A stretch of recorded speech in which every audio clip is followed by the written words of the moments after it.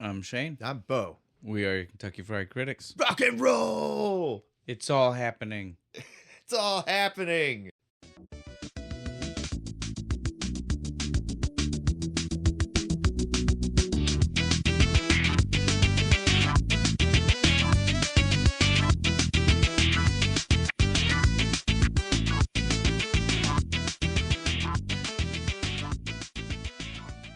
I think If you the have people no who idea know, what we're know. talking about. Yeah, I was just like, there's like 3 people that are like, what?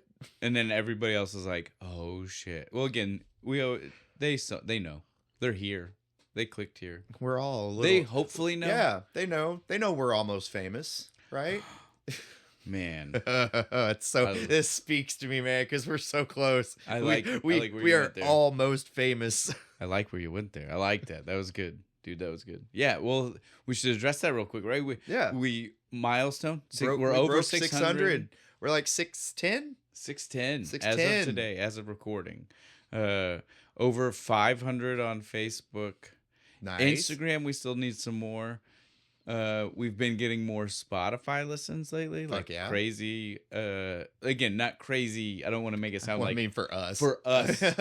Crazy numbers. Exponentially bigger for us. There you go. Just keep it in the math realm. That way nobody can argue with us. The growth has been exponential. It has, for sure. I know this. As a by math a factor person. of 1.5. No. That's where I'd start. That's where I wouldn't know. But it is definitely exponential. It sounds like too much. Or 0.3. It's not parabolic. It's not big enough for that. No. We gotta stop. This isn't a math podcast. Yeah.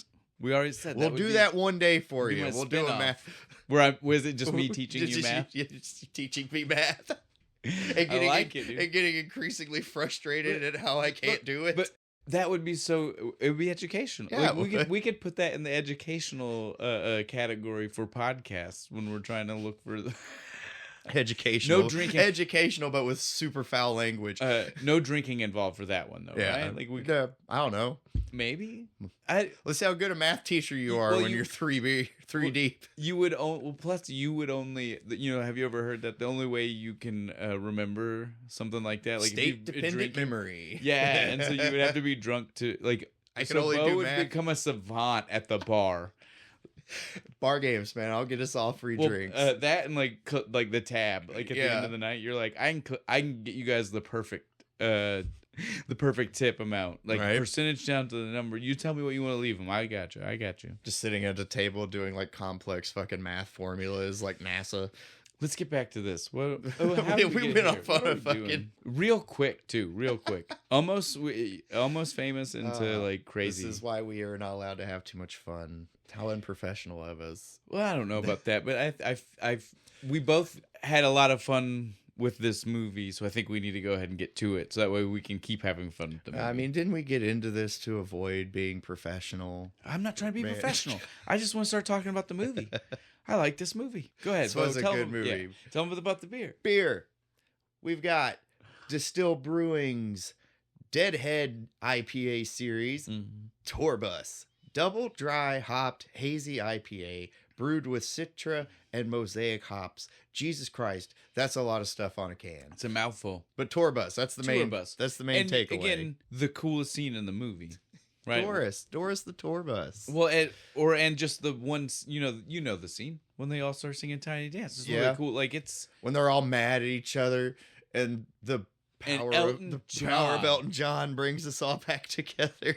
It's a dope scene, though. Come on. I want to be on a bus and start singing that and everybody join in. I would be anywhere and start singing Tony Danza and have everybody... Hold me close, young Tony Danza. That would be my dream. My dream is to know that when I started that, the tour bus is full of people who are big enough Friends fans that they're just like, I know this. Get a Phoebe chant going afterward. Everybody goes for an encore and we all go into Smelly Cat. Smelly Cat. Oh man, that would be my dream. Just we're putting it out there. What's a better dream than mine? I'm going to go ahead and admit that's way more fun. But it still connects to this. It's still tiny. It's still Elton John. It's something. We kept it within the cinematic universe here, right? Friends and Almost Famous. It's all the same. Sure. I'm sure if we look, we probably 2-degree it to get to something from I mean, Friends. Phoebe seems like the type that would have been a Band-Aid, followed bands around because she loved them. Definitely. Blowjobs only. That's what makes it different now. That's what makes it different. That's what makes them not groupies. She made the change. Although we see that's maybe not true. Maybe you just like you're allowed to pick one because they were kind of with like the same. Well, no. The Aura girl is with. We see her specifically with at least a couple of them. Yeah. Right. I know. Dick was one of them. I was just like, hey, go Dick. Yeah, and then Palexia, she was with a couple of them, right? Yeah. Which is a problematic one to begin. Let's not get derailed too much too quick. Let's start. So Almost Famous. We cheated a little bit. I don't know. Cheated. We did the extra work. Yeah, that's what we'll say. There it is. But this is, in the long list of whenever I say it's like one of my favorite movies. Not that list matters to anybody outside of me personally, but just that way it's said. I don't know. It's we get enough fans. People might they'll care. They'll give a shit. But so on that list so far, we've had Goonies, we've had Hackers, SLC Punk. And this is definitely one of those movies that is on my list. It's like one of my absolute favorites of all time. And so when we saw Tour Bus and we were like, that's going to be the one, I looked at Bo and I said, I can let you watch this. I've seen it a lot. And I have the director's cut. The bootleg copy or whatever. Untitled. That's his official title. Is Untitled. Yeah. Cameron Crowe was like... Spoiler, it's the better version. It's... Ignore me, I didn't say anything. It should be... We'll save it. We'll save it. I got a lot to say about that, and I will definitely give my piece about it. But so we definitely went in watching both. So you have to forget... And we did both watch both versions. Yeah. The theatrical cut and the Untitled cut. But forgive us if we accidentally say some things that are in the one and not realizing that's where it came from. Because some of the scenes are subtly different. Yeah. Like there's just like one or two extra like phrases, right? Like sometimes there's like 5 minutes of footage missing. Yeah, but sometimes it's 15 seconds. Yeah. So...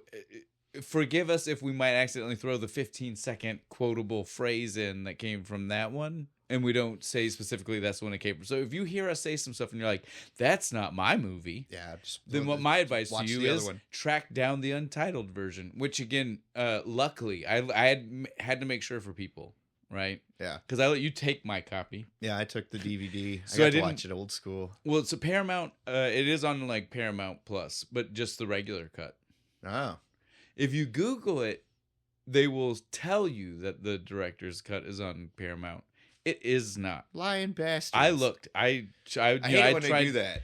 They're like, no, it's on there. It's like, no, it used to be on there. You just haven't updated your shit. Now, for a long time, apparently, I found some things. It was not streamable anywhere, but it is on Amazon Prime if you want to pay somewhere to rent it. It is also, I'm not going to tell you how to get to it, but if you try hard enough, it does exist on the Internet our friends. The Internet Archive. The ones who save us time and time again. You can indeed find this cut. Love those guys. Yeah.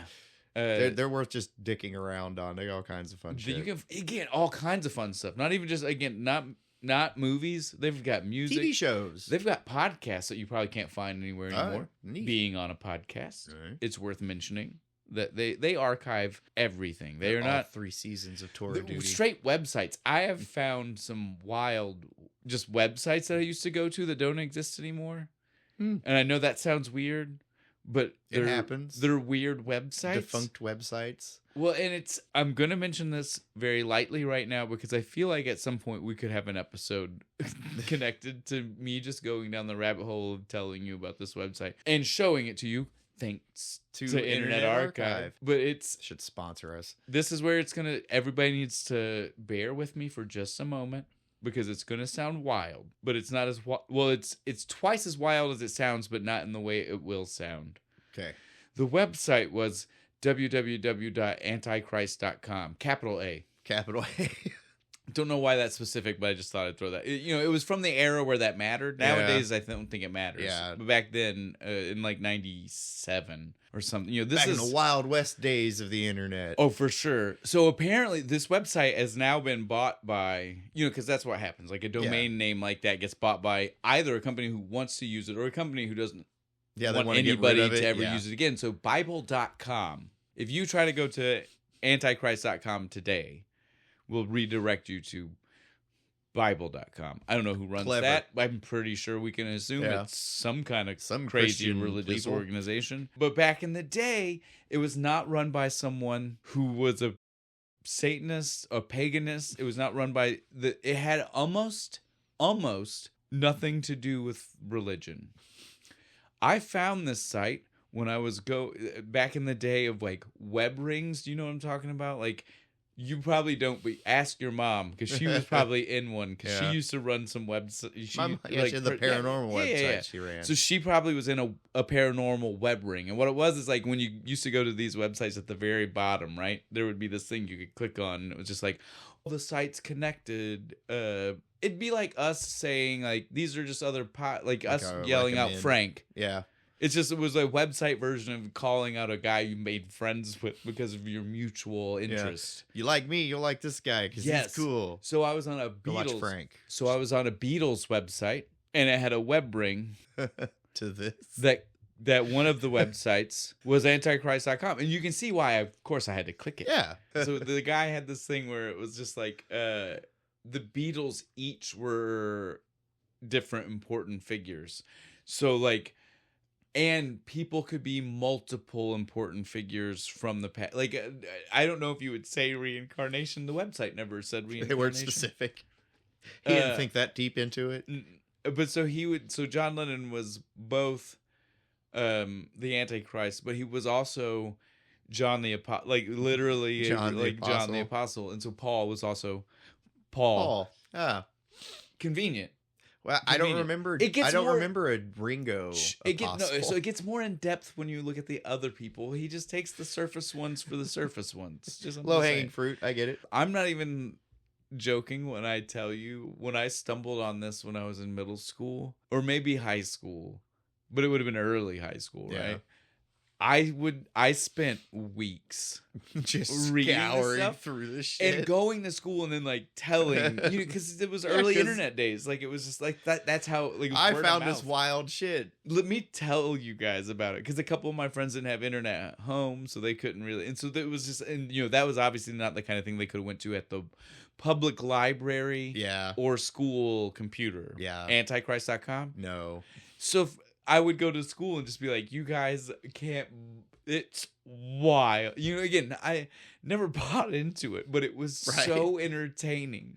Conspiracy theories are fine as long as you don't believe them. But hence why I'm saying, like, I don't know if this was a person who believed it or if it's a person who knew that he was making entertainment. Right? Like, because it was the era of the internet where it could have went either way. Yeah, it could have went either way. Like today, you would almost guarantee. I like to think it's just he's just smoking weed, going like, "This is big fucking." I hope so, hilarious. And I hope he's building like this whole lore. He actually wrote a book. We just never got it. Part of the reason I wanted to mention it was to make sure that we had a chance that people could maybe help me find the guy that did the Antichrist.com stuff.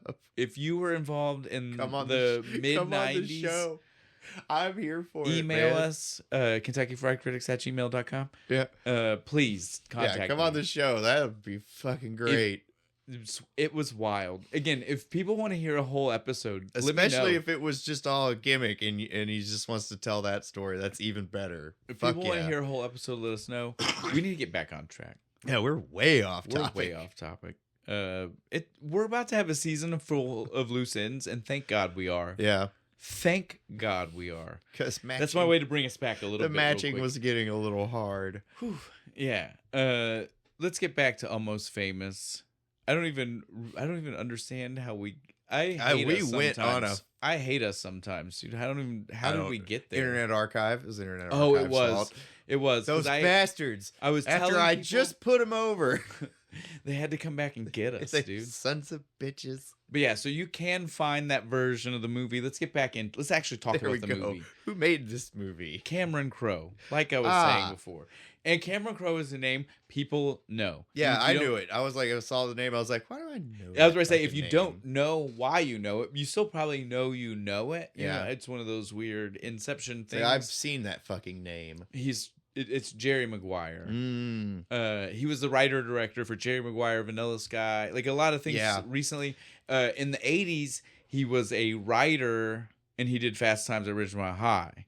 He also, I think his first writer-director was Say Anything. It's a good one. John Cusack. Yeah, with the boombox. Yeah, I'm sure something that we'll cover at some point. It just feels like the kind of movie that we would talk about. Or the Family Guy joke. It's holding up. It's Gabriel Byrne, not Yeah. Peter Gabriel. Whatever, dude. We've talked about him too. Yeah. It works for it Yeah. works. Not a great singer though. But yeah, so he is a This guy. is why you know his name but don't know him. Yes. Like, I've seen at least 3 of these movies, right? Certainly. Plus, he's worked with musicians.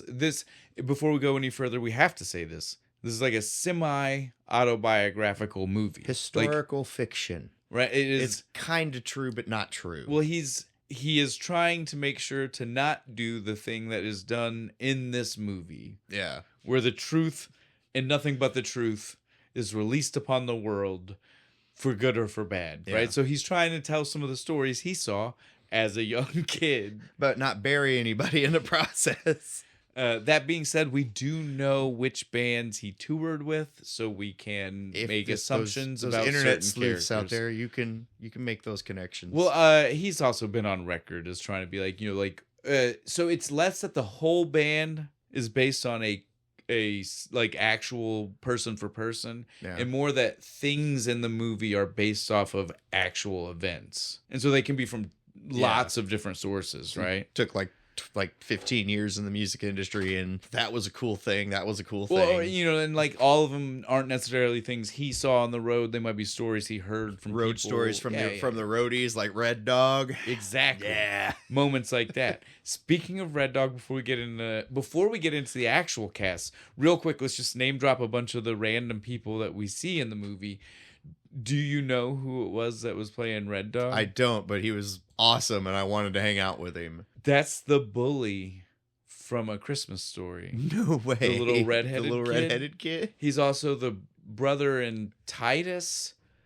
It was a TV show Oh, they watched that on one. Christopher Titus, the comedian. I know. I've seen his stand-up. The movie though is full of random like little pop-in. Yeah, people are just like, it's that guy. It's that dude. Oh my God, it's him. It's Stewart. That was my favorite one. My Big Bang nerds out there, they know. But we also have big name people. They're big name people now. Definitely at the time, 2000. Some of these people were not huge. Jimmy Fallon was not huge yet. I don't think. Right? No, he didn't have Late Night with Jimmy Fallon. At no, that it was point. definitely way before that. But I mean, he was on SNL, but I don't even think he was like a big character on SNL yet. Maybe not.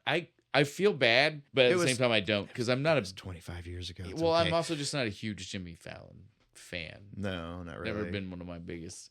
He did good in Band of Brothers. He had that one scene. I saw it. That one.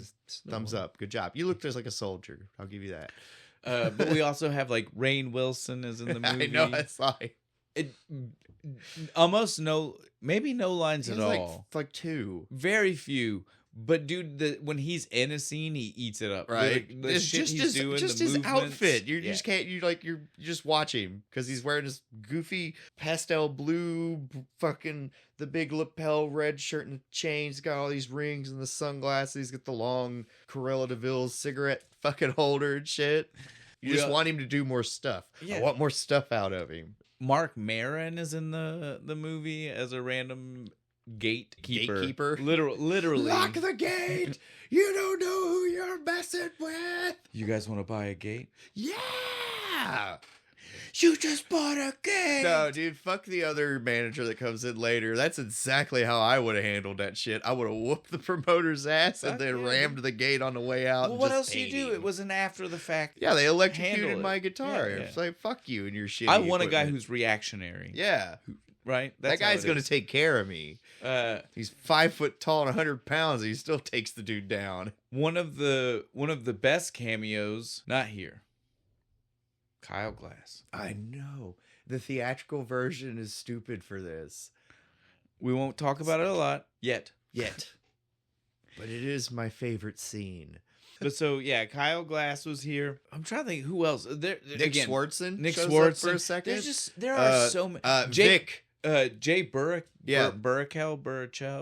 However you you guys say know I'm talking about. He was in What are you, Galaxy Quest? Wasn't he one of the nerd friends? Yeah, and he's in or I don't know if he was actually. That might be something else. But I've seen this guy in a bunch of shit. He was in man, I can't think of it. It was like the sequel to Freaks and Geeks, but it was set at a college, but it wasn't really Freaks and Geeks. It's like the spiritual sequel to it. So it's Judd Apatow, and Judd Apatow used him for a bunch. He's in like Knocked Up. He's one of the background characters in Knocked Up. He's also super bad too. Dude, I don't think I don't so. know. I don't think so. But it is those group of people. Yeah, he's always like a nerd. Yeah. Well, and This Is the End. Famously, he's one of the main characters in This Is the End, right? He's the best friend who comes to town. Have you seen This Is the End? Where the apocalypse is happening? Nope. Everybody plays themselves. Seth Rogen's in it. You've never seen this? No. Holy shit, dude. I can't believe you've never even heard of this. I remember hearing about it. I don't know why we didn't go see that. Yeah, dude, I don't know why you didn't go see it either. Had to have been when I was broke. That is going on the list something hard. Dude, I'm totally because for it's a movie where you get to have fun because everybody. I saw the trailer. It's like, oh shit, we just got robbed by Emma Watson. We have to stop. Yeah. We're gonna go down this. We're gonna go way too far. But Jay Baruchel is one of the main people in that, and he's in this super young. He's like marker kid. Led Zeppelin fan touched this marker not 5 minutes ago. Them, Mr. Robert Plant. Yeah, well, and like the first time we was talking about them, they are here. They're on the 12th floor. He knows the room numbers. So fun, lots of fun. Let's just get through we gotta stop. Yeah. We keep going on tangents. We keep going on other things. Let's get through the cast real quick. Again, Cameron Crowe. Love Cameron Crowe. This is his story. So wrap that up. So we make sure that we touched all those bases real fast. But so that does bleed through, right? And the fact he wrote it, he directed it. It is his story essentially. Yeah. And all of that can be felt. Yeah. It helps to know that he is like, this movie feels like 1973. Well, and like the little moments feel real because we have the guy who wrote it was really there, and the guy who directed it is the guy who wrote it, which means he was the guy who was there. Actor is like, no, look, I'm telling you, I was super awkward and weird when this happened. Like I could tell you, just be kind of creepy. It's again, it works and it makes everything work even better. It's why. But he's like, he has this. The main character, he's always got like this creepy look William. on his face. William. But why can you not remember William? Or Willie? Billy? Opie. Ben Fong Torres calls him Willie a couple of times. He calls himself William H. Miller. They call him the enemy. That. Everybody's got a name for him. I liked Opie. Opie. Yeah, the girls call him Opie. Opie. Opie must die. Well, I think that's a good segue. We can go ahead. That's Patrick Fugit playing William Miller. And to testify to what you were saying about how Cameron Crowe picked a guy that pulled awkward off perfectly, all of the voice cracks you hear in the movie, those are real. That's not a forced thing. That's him, actually. He's literally cracking. Yeah. I have lines. What are they? No, I mean like the puberty cracking, like when you hear like the weird like voice changes. Those aren't scripted. That's not him forcing it. Those just naturally came out whenever you'd hear those. The guy was just casting. Yeah, is because they got him right in that perfect time period where your voice is just fucked up. Well, for and about somehow a year. he perfectly. Some of the lines when he stumbles on the, again, if you're a guy, you know what we're talking about. Trying you to sound say it cool. and it goes too high pitched and you're like, I have to immediately overcorrect. And he does it once or twice in the movie and it's perfect. That's how he It's ends up perfect. with the voice he uses on the phone with Rolling Stone. Yes. Because he goes to say hello and it cracks on him and he's hello. Yes, this is William. Those things are real though. That's the Yeah. beauty here. Now, obviously, the probably going over the top was definitely like he knew he needed to needed to feed it up for the camera. But again, I love that because that's real. I'm a guy. Yeah, You're a guy. that happens. You remember being when your voice starts to change, despite the fact that you know it brings more attention to it, you can't help yourself. When it hits a certain octave, you're like, I have to immediately recorrect. Yeah. Especially if you're talking to a girl and it happens. Again, It's just like, oh, God. And our advice to anyone young enough listening, A, probably shouldn't be here, but B, yeah, probably shouldn't be listening to us. but B, if you are, don't correct yourself. Yeah, keep going. Just going. Just lean in. Because if you when you double say the word and the Turn second it one's three into octaves a Gilbert deep, Gottfried impression. Just lean full into the or some Jimmy Stewart. Bobcat Goldthwait. With some Jimmy Stewart. Hey, lady. Oh, lady. Pretty lady. But definitely just lean into it. That being said, it worked for Patrick here. It Yeah, worked it did. for the William character. Patrick Fugit, not been in a lot of other things. He's been in a lot of other things, but not like big things. That's what I want to say. One though, he was in the movie Saved. Have you ever seen that? It's got Mandy Moore in it. Yes. Yeah, I feel like I've seen that. It's like a send up of Christian schools and Yeah. It's pretty funny. It's not the greatest movie in the world. I'm not trying to recommend it to people, Eh. but Patrick Fugit's in it. He's the long-haired skater kid that's in that movie. Nice. Yeah. So still playing a character you might appreciate. Yeah. Still playing just a different kind of nerd. Well, more of a modern day. Yeah. Yeah, I don't know what else I can say about the character. I think that's it. I think we're Yeah. good. We'll move on. The next one is going to be Russell Hammond, our lead guitarist. Technically those two are our lead characters, and we'll get into we follow that. them mostly. Well, through and the movie. that's even set up for you that way. Penny Lane says it, and other people back it up. It's a weird thing because it's he's gonna be the big star. Well, it's not even that. It's the fact that the pairing of them. It's weird. Penny Lane's whole focus on life is to make people better. She's the original Band-Aid. Yeah. Right? This is an adult man, and what she and only she knows is a 15-year-old child. And her whole focus, to the point that other people say it about them, and at the end they both say it, was to make these two be friends. Yep, that was the whole point. That's weird. It was just to bring them together. And I understand the bigger picture of it, and I'm not trying to insult Cameron Crowe. Like we just said, like Cameron Crowe. And I'm not trying to insult him, but it is like the weirdest aspect of it, that she was trying to make them be friends. A 15-year-old and 27 to 32? Yeah, something. Ambiguously somewhere in there. Had to, at the very least 25. Right? It's very it's a weird thing that was what she was trying to make happen. Again, the bigger picture, she's just trying to bring a fan to him so he can see it from their eyes.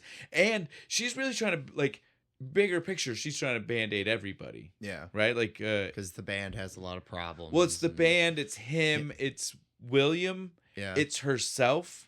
Because she's using William as the crutch to help her. Because she, again, like, she's retired. She's retiring. Oh, but this time she really did. And she kind of uses him as the crutch to, like, help her back into the real world. Yeah.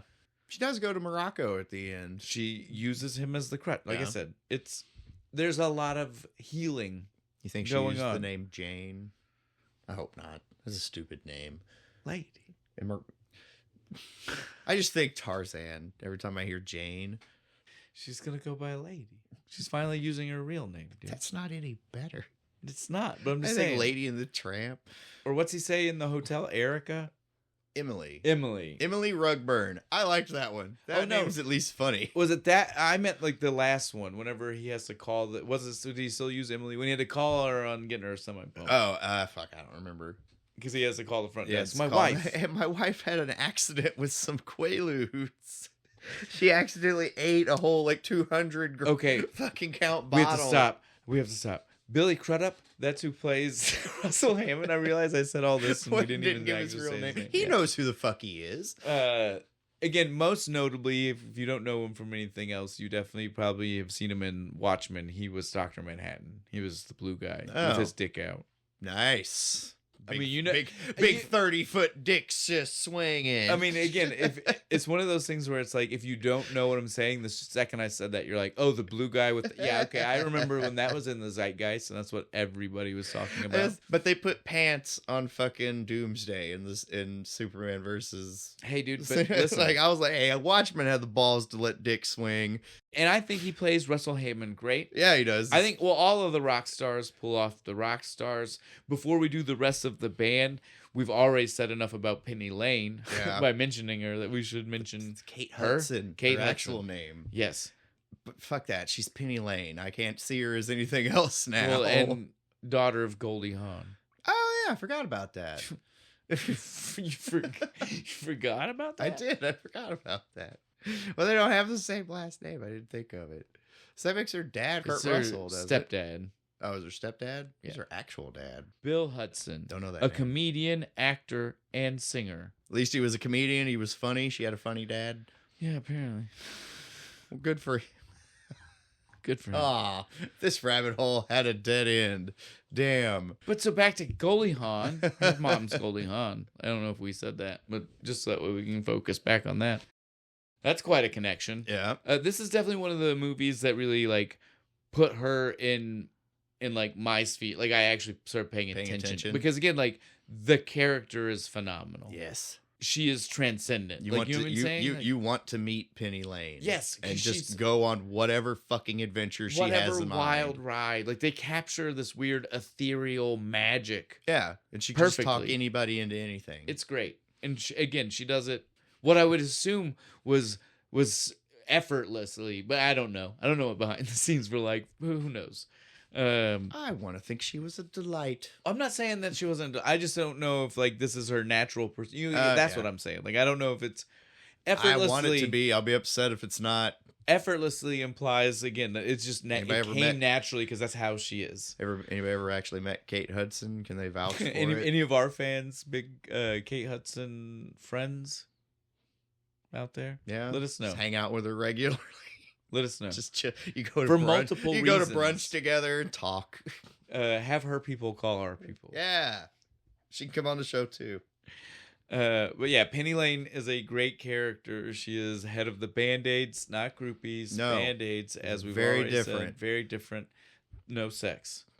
Just blowjobs. I don't think that happens to be true in the It- movie. that She really definitely doesn't is seem having like sex with Russell. The other Other people girls are are- 100% having sex with people. Sapphire was having sex with Ozzy apparently until she pissed him off. Yeah, so I don't There's know. like a whole fucking thing in the background in But- one scene. But really, the point though is just that the mindset Is- of what they're doing. They are supposed to be muses, Yeah. right? They are that's what they see themselves. They are fans. They love the music. They love the band, and they want to be there to help them the band get what they are get the at music out. And again, like at the same time, they are the thing that maybe some of these songs, right? Because the implication is definitely that she is maybe the person that the One Love song is written about yeah.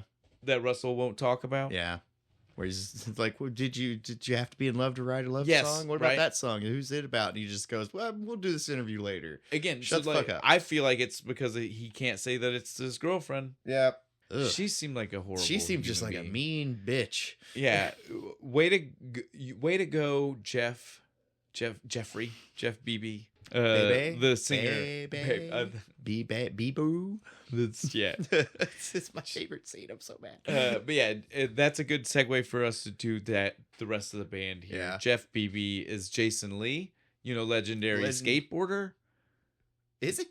You didn't know that? I did not. He's a pro skateboarder. I did not know that. Pro skateboarder. See, I didn't skateboard. Go look this up. That makes him metal as fuck, dude. That's awesome. Pro skateboarder before anything else. You can find I just knew him as an actor. You can find video of him proving to people on like sets of different shows and movies. Like you can see him in the mustache. Like me being you can like, see I him, don't believe you. Yeah, you can see him in the mustache from Earl doing like skateboarding tricks for people that were like, no, you weren't. And he's like, yeah, I absolutely fucking can. Yeah, no, he was a pro skateboarder, and Kevin Smith started putting him in movies, and that kind of skyrocketed his career. Fuck yeah. I like Jay and Silent Bobby, the comic book store open. Yeah. He's sets up the whole thing for him. He's in Mallrats and Chasing Amy. Yeah. I don't like Chasing Amy. Well, that's where his that's like the really big breakout for him, right? Like in Mallrats, well, I guess in both of them, he's like the secondary. He's in both of those. He's the best friend character. Yeah. So, I mean, he gets a lot of play in both. Yeah. I'm sure we'll do these. Oh, I love Kevin Smith. Kevin Smith's great. Yeah. Dogma. We'll get can you find it in fucking where? Yeah, now we've already talked about this. It got re-released finally. He finally got the rights. We'll be able to do it. Yeah, I just remember there being a problem a long time ago. Not now. We'll be able to get it. We can get it in 4K. I'm pretty sure. Ooh. It's about to get released in a steel box, special edition. So. Ooh. And I know for a fact because I have friends that have the original DVD release that there are, because Kevin Smith was that kind of guy. It was that era of like tons of extras. There will be tons of cool extras to watch, much like we had for this, which is fun. Reels. I miss blooper reels. Yeah. Oh, I want the blooper reel for this fucking movie. Yeah, I bet it's fantastic. Of all the fun extras there were. Yeah, I know. There wasn't one. I liked that you could read the script in the special features. That was pretty cool. Yeah. It has a few really but cool things. I miss blooper reels. But back to what we said though. Jason Lee is Jeff Beebe. Looking like, if you want to know, if you've never seen the movie, dude. If look at Bo, that's kind of what the character looked like, right? Like he's got the big beard, the long hair. He's skinnier than me, but picture. Well, I just mean that's what I'm saying though. Picture Jason Lee with Bo's aesthetic. That's what you need.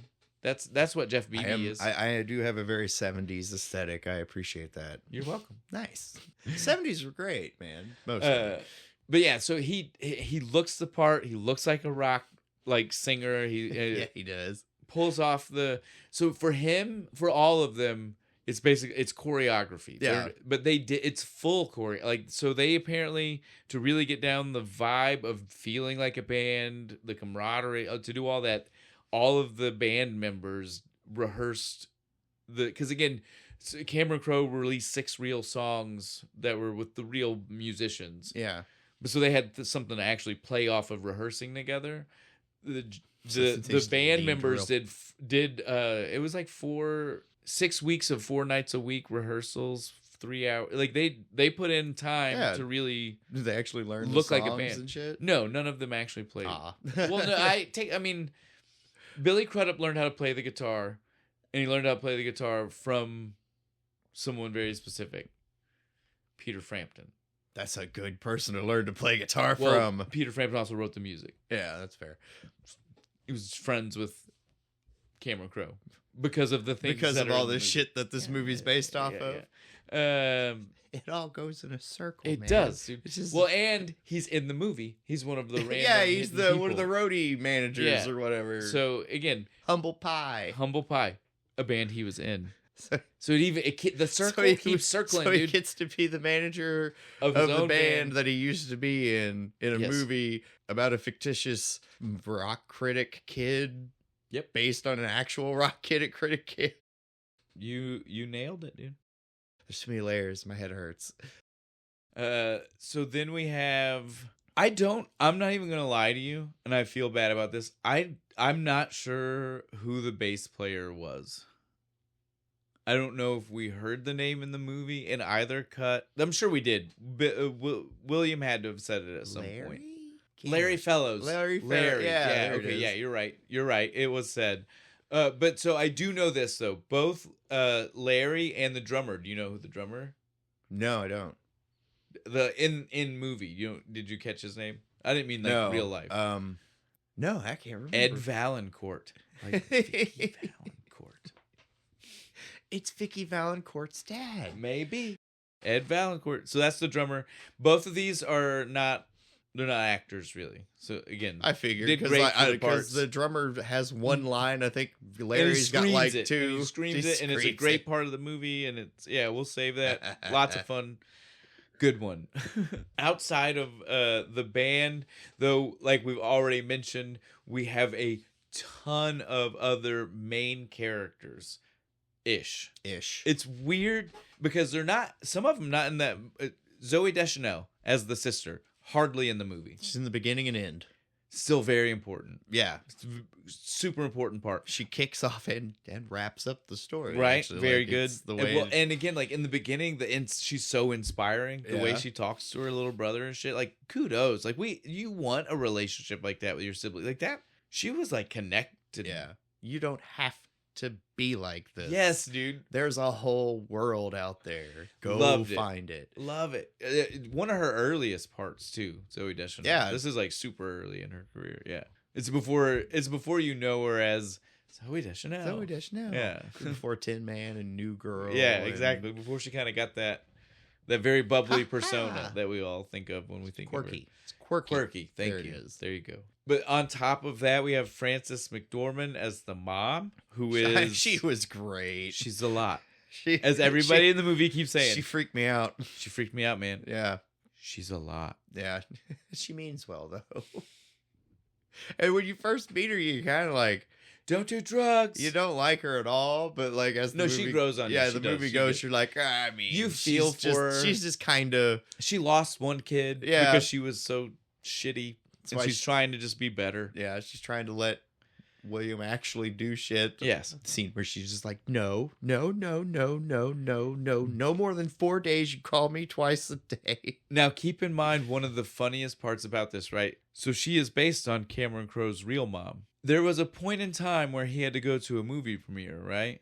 And sit beside his fake mom, playing his real mom, who played his mom, and his mom. And his mom. And watch a scene that was about when he lost his virginity that was loosely based on real things that happened to him. And so he had to he was like, you ever felt uncomfortable? You ever want to know how to multiply that times 2? Yeah. He's like, because that was how you do it. I got my fake mom, my real mom. And they're both... And my character based on me is having a fucking 4-way with 3 chicks. Yep. They're just ripping his pants off. He's like, okay. Deflower the OP. So yeah. She did such a good job. I loved her. Mortified. Yes. I was just head in my hands. Just, oh my God. On top of those people, we have the rest of our Band-Aids. Yep. Which is Fairuza Balk as Sapphire. Yeah. This is from Craft and Island of Dr. Moreau. And you know her most, well, not her most famous, but it's her most cult famous. Yeah, Waterboy. Return to Oz. Really? She's Dorothy. Oh, is she really? To Oz. The one that's got the wheelers. It's been too long since I've seen that. That's I forgot her. that. It's Fairuza Balk. Most recently, I've watched The Isle of Dr. Moreau. And The Worst Witch. Why does that sound familiar? She was a little kid again. It's got my sister Tim Curry. Yep. I was just saying my sister watched witch movies all the time. So again, Fairuza Balk. She's been around for a while. You know her. She's got the piercingly blue eyes. Yes, and she's fucking great in this movie. Yeah, she is. No, I love Sapphire. Sapphire. She has some of the best comedic bits where she's chasing the bus, telling him he's got to call his mom, and then she smacks into the wall. Sapphire is my favorite of the Band-Aids. Yeah. Dude, I absolutely love Sapphire. Then we have Anna Paquin as Palexia. Again, this is the one I saved for a minute. We briefly said she might have been with multiple people. She's one of the people that definitely perpetuated the sleeping with. Yeah. I have a problem with this because I feel like the movie also insinuated that she was barely older than William. Yeah. That's why she gravitated towards him. Right? She's always trying to talk to him. She's the one that she's like, we have the most in common. I'm going to talk to you. And she definitely doesn't. She definitely looks like she is younger than everybody else.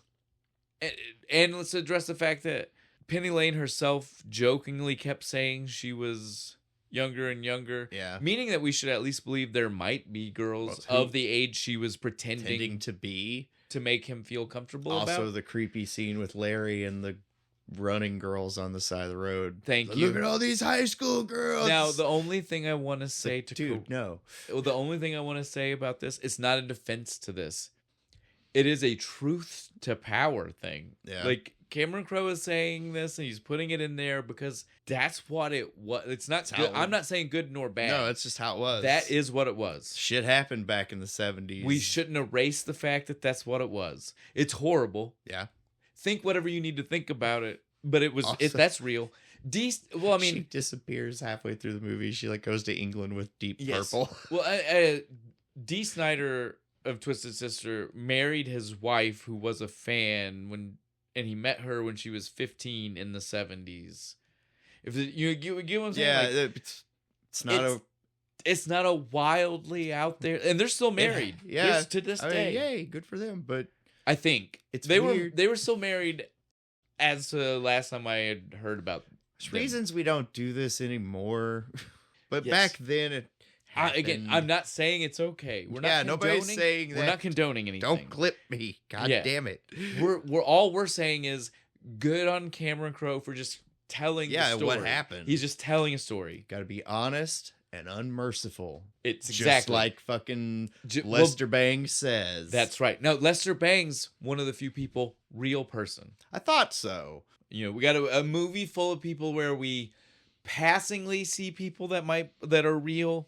But then we have this fake band that we're following. But it's a fake band that we're following. William is a fake version of Cameron Crowe. You know what I mean? Like, it's a movie full of fake versions, but Lester is the one real one that's in our main cast, right? Our main focus. I like to think he acts just like this. You can find footage. Like, again, like that's a beauty. Lester Bangs is not that separated. The 70s. It's not that separated. You can find footage of this guy talking.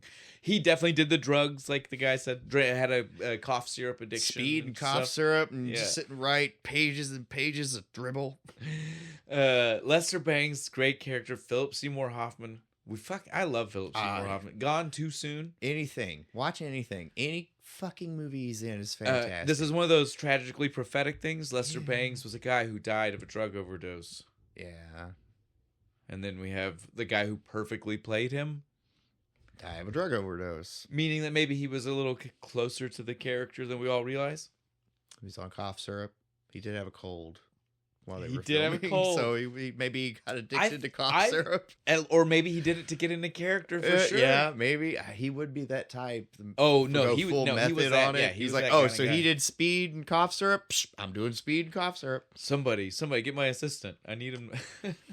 I need him to do something. I need you to find me some Adderall and some Vicks night rub or whatever the fuck. Need you to run downtown for me. I need the shit with the codeine. Oh, all right. They make that anymore. At this point, I think we have gone down the list. We have said everybody. We have mentioned all kinds of stuff. Oh man, I don't know. That's a lot of people. It's a lot of things. It's a lot of stuff. Man, this is a good movie, though. This is a good movie. It's a great movie. It feels, again, what it has going for it is the fact that it feels so real, and you can't take away from that because the reason it feels so real, like we already said, is because it mostly is real. It's based on, and the guy who experienced it is the guy who is there, making sure that you're getting a real interpretation of the things that he saw. That's not how I did it. You stop right fucking now. Go back to 1. Everybody reset. I'm sure he's not that kind of director, I don't think so. though. Pretty sure he was pretty laid back. I'm sure he was I'm pretty chill. sure everybody loved him. Well, the title cards in the beginning, the handwritten. Oh, I love that. That's him. Like, that's his handwriting. That's awesome. That's Cameron Crowe's handwriting. Yeah, dude. I thought that was really clever, where he's just like on a legal pad, just writing in the credits. Other point of contention. I'm going to say this for you, Cameron Crowe. I'm going to pretend like you listen to us. He does. Sure. The yellow things that you think are Post-it notes, not Post-it notes. It is just folded up yellow legal pads that he has taped places.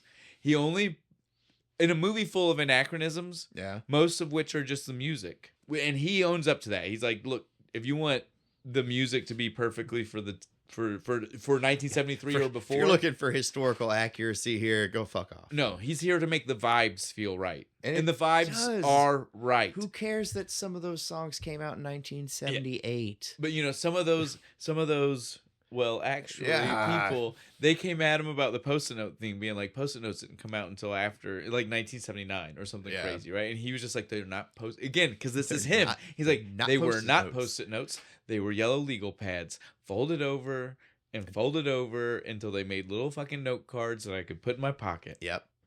So, Asshole. thank you very much. And you even see it later on. Yeah.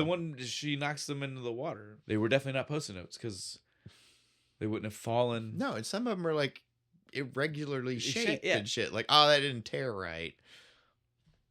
Exactly. There's plenty of reason. I don't know. These actually motherfuckers need to pay more attention. Well, actually, you need to pay more attention Maybe to you what should happened on just screen. Looked at it. This movie, though, is full of, on top of characters being, so again, like we already said, people represent the moments represent different people in real life, right? So Yeah. like one character might be actually showing you like 5 different people's stories, or not stories, but like a piece of 5 different people's stories. Some of them might have overall influences.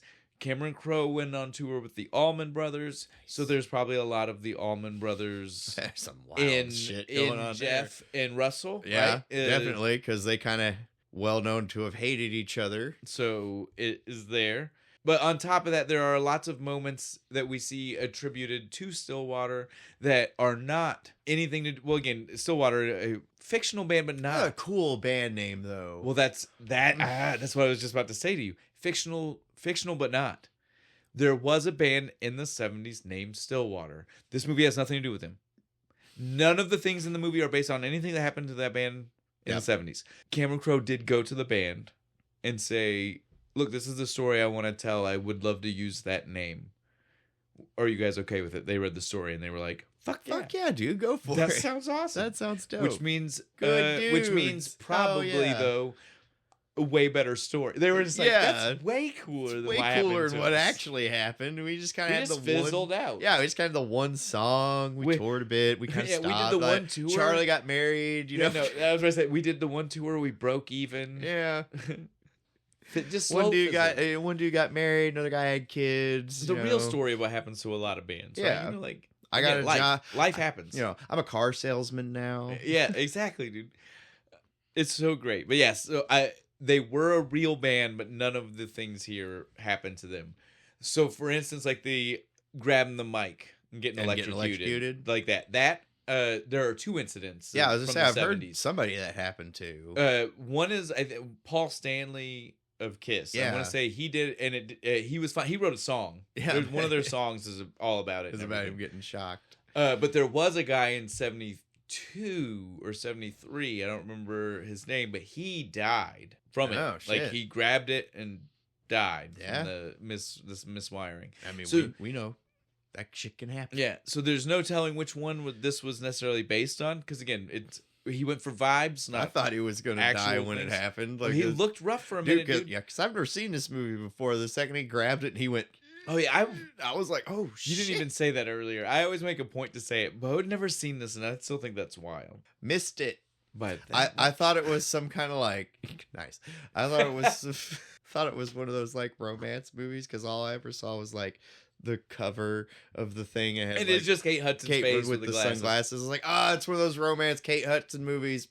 You were again. It came out in 2000, so you were young enough that How old the was trailers I? Like probably 11. Yeah, the trailers weren't Yeah. on movies that you would have seen. You know what I mean? Like, so that makes sense. That's fair. Me, I technically, again, a huge fan of it now. I don't want to make it sound like I've been a fan from the very beginning. When it first came out in 2000, I probably didn't see it. I think I bought this copy of the movie after seeing it one time, and that was in like 2003.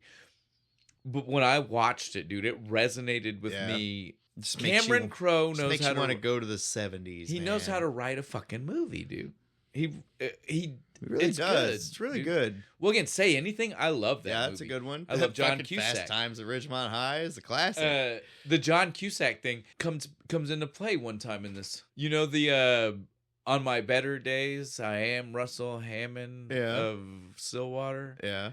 That is a direct quote of John Cusack's. Someone apparently he told Cameron Crowe he met a girl in a bar after he had done Say Anything, who was like, "Hey, aren't you Lloyd Dobler?"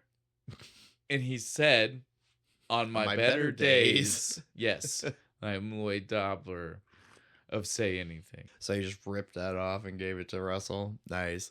It's a good line. It is, and it sounds so cool when Russell says it, right? Because right now he's like, I don't feel like Russell Hammond. Exactly. Usually on my I better am. days. Exactly, on my better days. When I don't feel like an asshole.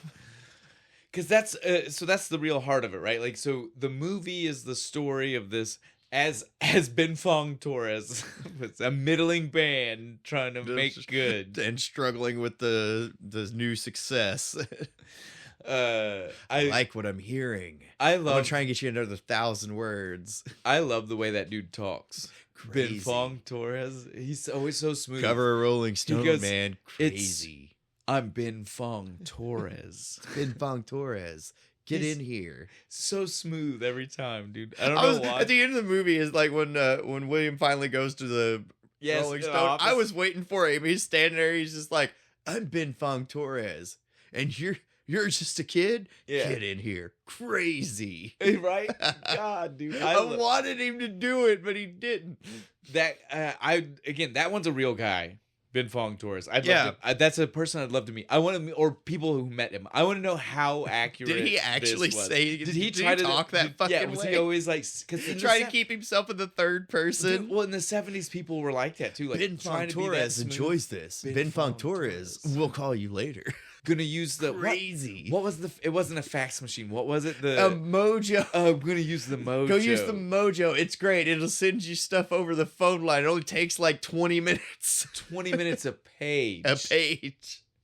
It's so great. Goddamn. I do the Mojo. I'm gonna send it to you by Mojo. Crazy.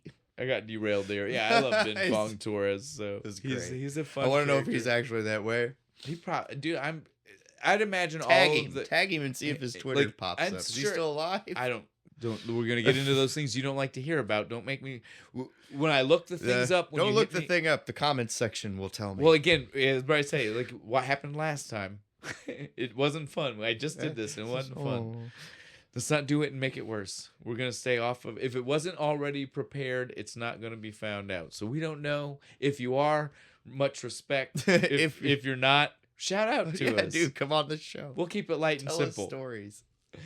But yeah, that's what's so great. The movie is just full of like these mixture of like totally real. So again, the Ben Fong Torres and these things that are like almost real, an amalgam of other people's stuff, of things that are so close to real that you can't distinguish. But you want to go. You want to go do everything he does in this movie. He paints the story. And again, he gets away with it because of the music. Yeah.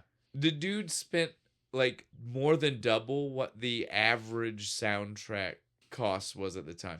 Most movies were spending 1.5 million locking in the music for the soundtrack. Yeah. He spent 3.5 million. Jeez, I bet locking every song in this is somebody's, and you had to pay Peter Frampton to make the real Stillwater songs actual for it. Stillwater band, yes. And Mike Mike McCready from Pearl Jam is the guitarist. Again, like he pulled in some strings, dude, to get this made. And it's good. It's great. It needed to be done. The band sounds legit. This dude. You could almost believe that that's Jason Lee up there fucking singing and shit. Dude. Oh, he did good. He's killing that lip singing, dude. So again, rock on Cameron Crowe. Right. But the reason he can lock in that vibe, that you can really feel it, is because he was there. And he spent the money. Oh, yeah. To make sure again, he was there. He knows the songs. He found some deep cuts to throw in. I want to see the cut where he hasn't got the rights to that yet, and he just threw in the generic stock music. I can tell you a scene where he kind of tried to do that, but not for the reasons you might think. And it was loosely based on real. You know the part where and I hate this. This is going to be one of those moments, guys. I'm sorry if I'm about to say something that you have no idea what I'm talking about. Understand, this is why you need to go find the Untitled. Cut. Yeah, uncut. Because it might be that's where it's at, but I think it's in both cuts. You know when they first get to the riot house The the the Continental LA, Hyatt House. yeah. The Continental Hyatt House. I love that. The Riot House. The Continental Hyatt House. But when he first gets to the Riot House and he's walking down the hallway, right? He's looking through and he sees all these other bands and he gets the one and you hear the singing and the person the guy that's like dressed like Stevie Ray Vaughan. Yeah, kind of. Yeah, but like it's very country western. Yeah. That is supposed to be, and it's based on a thing that supposedly really happened. Graham Parsons and Janis Joplin. Oh, cool. Playing together again, both of which who have passed away from drug overdoses, and why we can maybe get away with that, but we don't specifically say that's who those people are, right? Because again, like they're not alive, but that means that they're also not alive to say they didn't do it, or say they did do it, and so that's why we don't name them. Ha! Can't sue me, fucker. But people again, so like Graham Parsons was famous for like he was like country rock. Before country rock was Lynyrd Skynyrd, before it had that connotation to it, he was country rock. When it was a lot more of just like a laid back attitude type of thing. Like you're from the country. We're gonna play country music, but I don't have an acoustic guitar. It's gonna be a little bit it's gonna be a little bit more heavy. Yeah, exactly, pretty much, right? You're gonna get more jam rather than twang. So that's one of those touching moments. Again, he sprinkles real celebrities popping in the background. Yeah. He doesn't let them be the focus, right? Like the focus is fake band. The fake band, but there's so many references to Black Sabbath, Iggy Pop. Well, because the tour is Bad Company. Well, this tour was supposed to be the tour Ozzy, right? Like, at least the first show. The rest of the tour wasn't, maybe. But remember, that's why he went to the first show. He was supposed to. He was writing a thing for Black Sabbath for Lester. That 1,000 words on Black Sabbath. An assignment. Sure, kid. Assignment. Dude, those are the lines. That's what I'm saying about this movie. Like everything is perfect. The simplest line is so perfect. The way he goes, merchants. I like that. The way he looks up with an assignment was so genuine. The laugh from Hoffman is so genuine too. I feel like he wasn't ready for that. No, right? No, because he's just good, like, dude, it's sure, so good. Sure, an assignment, kid. Go ahead. If that's what you need. And they don't really say it in the movie, but that Lester Bangs is the one that was sending his shit off to Rolling Stone. Well, someone did. Right? Somebody had to have. Ben Fong Torres pretends like he only seen it himself. Yeah. I've seen your stuff in Cream magazine. Yeah, it's like, dude, come on, But someone sent it to him, right? Had to have been Lester. And he's still just being like, I mean, yeah, I know you, but you gotta watch out for those guys. They'll rewrite all your shit. But he's like, I like this kid. I want to see him go somewhere. Before rock and roll is dead. Before rock and roll is dead. Because you're here at the death rattle. Right at the very end, it's so sad, dude. I fucking love everything that Lester says. Saying that shit forever. Yeah, well, that's the thing. I heard somebody say that shit when I was a kid. Like, oh man, all this Pantera and Slipknot, man, fucking rock and roll is dead. And I heard there was a guy on. That's just one of those. There was a guy on YouTube going on about it. That's like, the evolution. Like Slaughter to Prevail, he has an issue with. He's like, metal's dead. I'm like, dude, shut the fuck up. Music is an evolution. Yeah, and that's really metal, what it meant. Everything, rock and roll, hip-hop, everything will all keep of it. Going. It just keeps changing. You and shouldn't evolving. lock yourself into thinking that it and they should all learn off of each other. That's the real I like metal, hip hop when they mix the fusion. Together. Yeah, the fusion. Sometimes you can do really great shit. Yeah, Beastie Boys did a lot of fun stuff Boys, with it. Yeah. Early version. Yeah, I mean, there's also later rap rock. Who's new metal? New metal is basically great. Rap rock. Yeah. Falling Reverse, they fucking do a great job at that. Linkin Park is a really good new metal version that people don't automatically people think about it, but they don't automatically lump it into that new metal category. But that is what it was, and especially when you think about they had a full DJ, that was part of the on-stage ensemble. Right. We're getting off track here. Well, I guess not really. It's within 6 degrees. We're music. We're talking about music. Talking about music. The music we grew up with. That's what how it's all about. And how it influences everything. It's what this how whole we movie love is about. All of it. We do need to talk. We started to, and we said all we basically said was Elton John, but we got to talk about the thing that really got us here, right? The tour bus of it all, the tour bus scene. This is the scene though. the Tiny Dancer was It's the one. after Russell's trip balls on acid. Yes. They're like, I'm a golden god. And so I love that. Right, because everybody's pissed off at first. They're all quiet on the bus and the Well, music's playing. I even love the acid trip before we get there, dude. Like, because all he wanted was to. I want to see something real. I wanted real people, real things. That's it. And then those people just showed up. Sha-na-na-na! That guy, dude. Sha-na-na-na! You want to go to a party, man? I know you're a big rock star. Then he goes, we're just real Topeka people. I got him. Because he said it. He said real. And said literally real. that was the thing. He turns to look at William. No. He's like, yes. No. Yes. Damn it. They roll up to a 70s house party. I want to go to a 70s house party. They always look so fun. I had that lampshade when I was growing up. This kitchen. I love this fucking kitchen. Do you want to see my rat? Do you want to see me feed a rat to my snake? Yes. The realness. Again, dude, like you, Aaron, you're real, and your friends are real, and this is real. So again, finish my bottle of Jack. All of that. Well, he finishes it, and then he grabs the guy in the hallway. It's just like the red beer cups have acid in them. Oh, cool! Gung, gung, gung, glunk, glunk, glunk. Slams immediately it back at him. Cut to William being like, "Do not give him any more acid."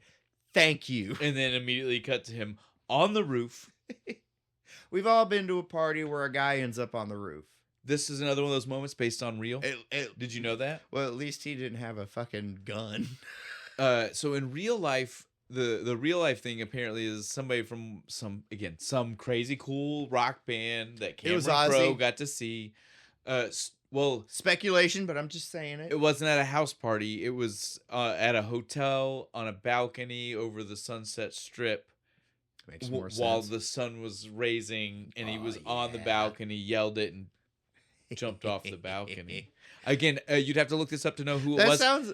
There's so much information in my head about this movie that especially since we've been drinking, it's hard to keep it all straight. But I promise you, based on real. Oh no, that sounds like some CCR shit. It's probably the dude John Fogerty. Yeah, it was probably John Fogerty. He dove off the balcony. I have no idea if that's who it is or not, but I love that. He had a little nom flashback and had to jump off. John Fogerty. That would be great. I can love you, man. That's totally.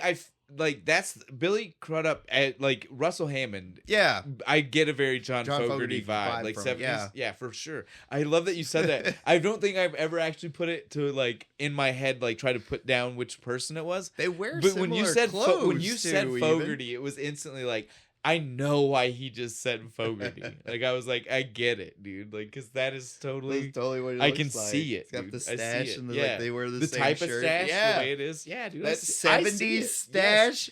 Oh, you think I could pull that off? It's like he looks like he's trying 70s stash. He looks like he's trying to be Zappa, but he doesn't have it. Doesn't have it enough, and so that's why it's not Fogerty. enough stash. That's why to it's be Zappa. Fogerty, right? Like that's I love it, dude. I see it. Fuck, man. Again, this movie's just about 70s music and how great it is, man. It's a love letter. Yeah. And you want to jump in a fucking Camaro, you want to blast some fucking, some fog hat. Let's just do some fog hat. Hell yeah. Well, just go, buddy. Before we get too far away, like we were saying, that was all the build up to the bus scene. We've already talked about Tiny Dancer, Tony Danza, how I would do it different. But this bus scene it's so perfect, right? Yeah. Like it's a not that the movie doesn't have several like come to a head moments with the band, but it's the first one, and it's the one where they really come together during the moment of turmoil, right? Like they are all mad at each other. That T-shirt pissed them all off. Yeah, that would piss me off too. It would have pissed anybody off. The fucking one guy is the only one you can really see. The rest are just blurred out in the background. It would piss all of you off. William took it though. He's just like, yeah, I'm definitely keeping one of these. I'll sell We that. gotta stop. In 40 years, I'm gonna sell it on eBay for thousands of dollars. We have to stop after this because we need to get back to the bus. We keep talking about the bus. We need to get back to the bus. But one thing I have to say, since you brought up the conversation with the t-shirts, my fucking favorite part of that conversation is the very end of it. Jeff Beebe is done and he's just finishing. He's wrapping it up and he goes, and by the way, I'm going to say the thing that all of us are thinking. Your appearance has become a problem. What? Dude, no. It's not even that he says it, it's everybody else's reaction. Kind of nod, like, yeah. But then, well, the rest of the band says yes, but then you see William and you see Russell, and they're both like, what the fuck does that even mean? What? You're too fucking handsome. Right? Ugly it up a little bit. Maybe have a bad hair day every once in a while. Give the rest of us a shot, dude. That's all I'm saying. I am sick and tired of being the Russell Hammond that they get when they can't get Russell Hammond. Again, fuck you. One of the greatest lines. One of the greatest lines. It was a good line. This movie. Okay, stop. Tour bus, then we can tour bus, then we can even maybe wrap everything up because obviously we're starting to get to that point where we're just like losing ourselves.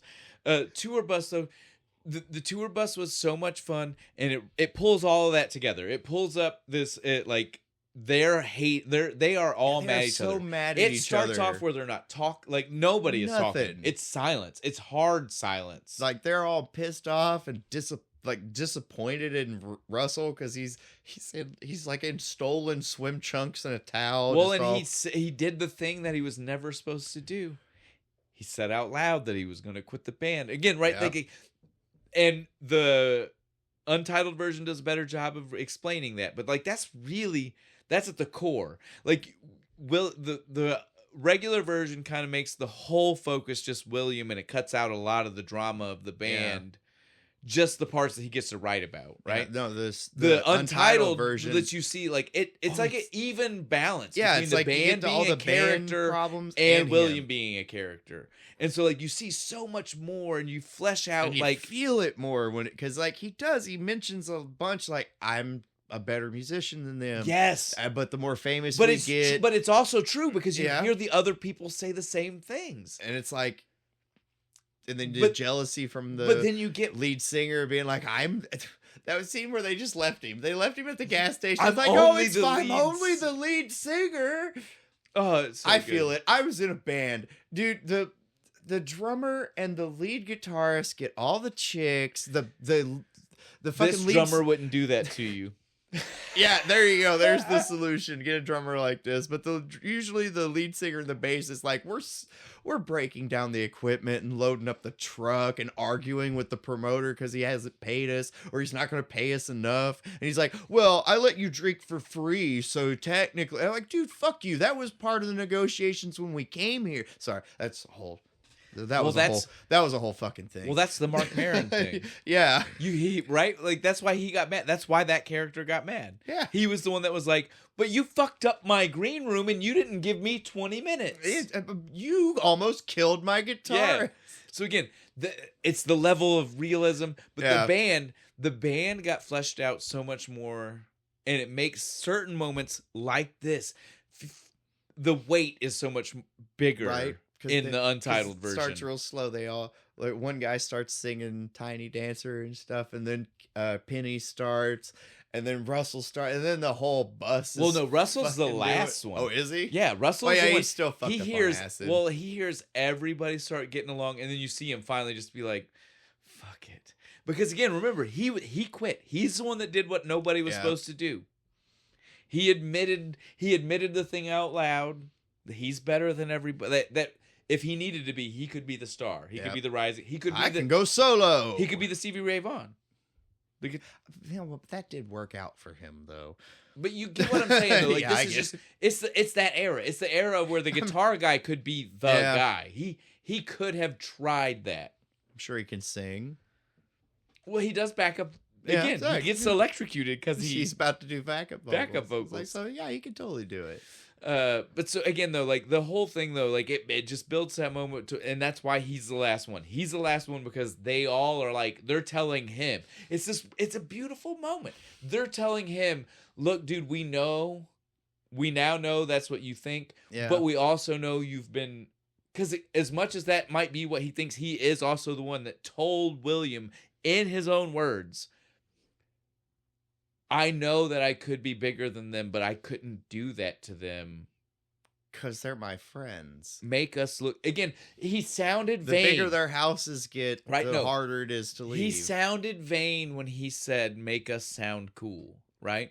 But he really wasn't. Like, that was the most vulnerable thing in the world. Because he wasn't saying it because he wanted coolness. He was saying it because he was like, if you can't make us, like the collective, look cool, there might not be us. And I want an us. I don't want he said it. He I said don't want like, my boys to go hungry. Yeah, right. He's like, we all know. Like, again, it was the unspoken thing until that moment with the t-shirts. Yeah.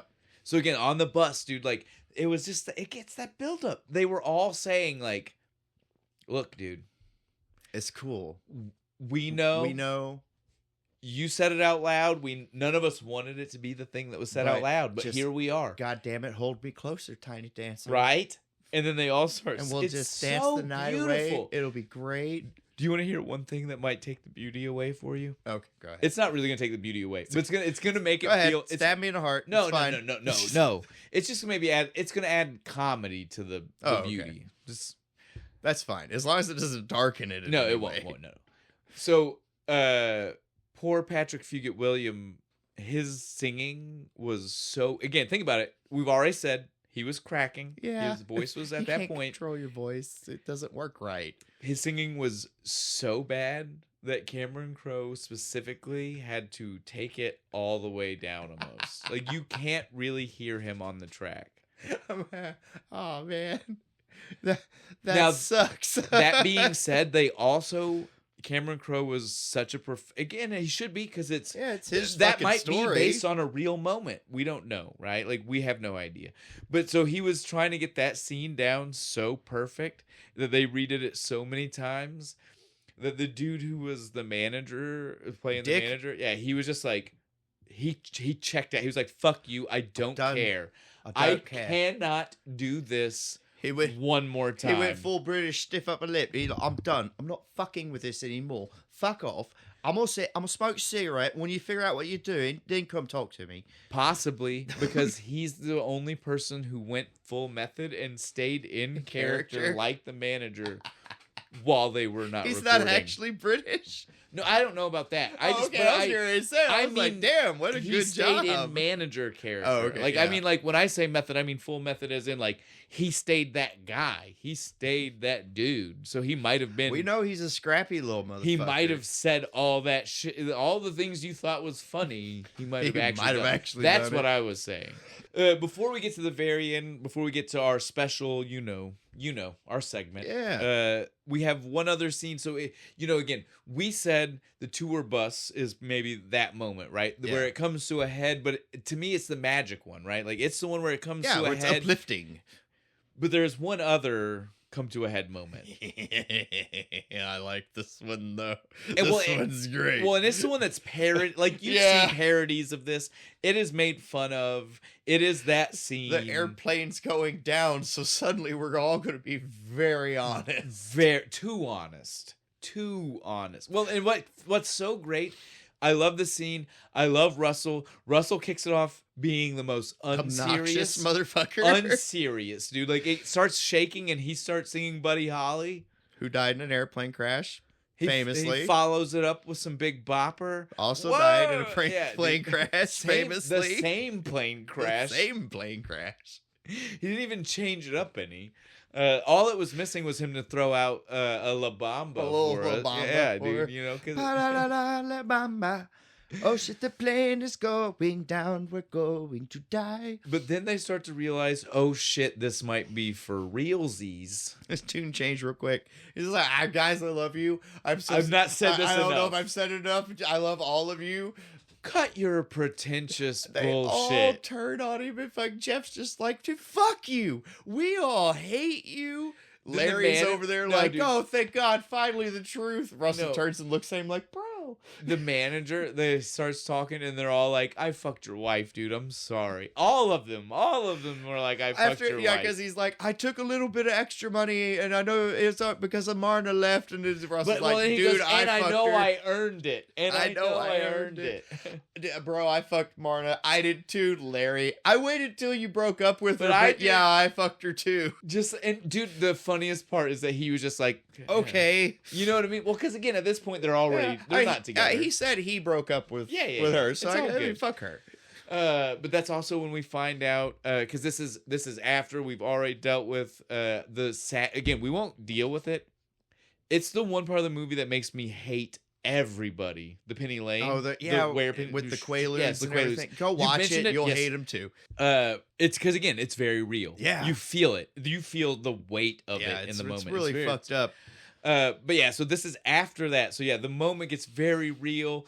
Jeff is like, dude, I fucked again. We've already introduced fucked fucking Leslie. somebody. Yeah, we've already introduced the idea of fucking someone. So Jeff throws in the I screwed your girlfriend. You fucked my wife. You're dead, BB. Like, oh, don't be a sanctimonious asshole. You were fucking Penny from last summer until yesterday. I love that. Till yesterday. So and shut then- the fuck up. And then that was the He called her point. a grouper. He called her a Yeah, groupie. when That that was the groupie Penny. boiling And then point William for fucking goes William, off. because he throws it at him. He's like, you guys are all sanctimonious fucktards. She was a fan. She was your biggest fan. Again, they all throughout the movie, they all have said at one point or another. Everybody who speaks, maybe, it's at one point, definitely Jeff and Russell have said, it's about the fans, dude. Like, Yeah, the we care fans, about what man. they think about. And so that's we're here for the music. We're not here for money. well, and William throws it out. And the beauty of the moment is that, and I think Russell sees it, right? yeah. Even though he loses it, because the movie ends with him not actually, it ends fully good guy, but there's a moment, there's that moment. But there's this point though when William tells them all this shit, he's like, you guys don't fucking understand. She was a fan. She cared. William didn't even understand how much of a fan he was. Like, again, like, we all hear his speech, but the whole point of the movie is that Penny picked him because he was what embodied Fandom. a fan Yeah. of them. He could see through the bullshit and just respect the music. Yeah. And so, like, Russell is the only one of the group, right? Like, he saw it and he understood that. In that moment, he was like, fuck. It's all over his face. This kid, He just gets this kid understands more about what we should be care doing about. or what we used to do, like why we Yes. started doing this to begin with. And so that's why, like, again, that happens, and then all we get is the I'm gay. Fuck the drummer in the back, because the turbulence gets worse, and I feel him. The engine is like making this sick whining noise, and he's just like praying, and he just goes, "Fuck it, I'm gay," and they all turn and look at him. Only line in the whole movie. It's beautiful. To the band's credit, they don't seem to give a shit. No, they knew. You could tell. They all knew. And yeah, Well, again, we didn't see that, but as soon as the plane actually landed, they were just like, "Bro, it's okay. We know." He was the only one who didn't fuck Marna. It's a good point. They knew, dude. They knew. Marna would have fucking. You think Jeff and Russell tag teamed it? A little I don't. pink. That's too little far. Tag me in, bro. That's too far. But again, I definitely know the drummer didn't. That's what I know for sure. But yeah, so as soon as the plane though is over, that's what lets you know.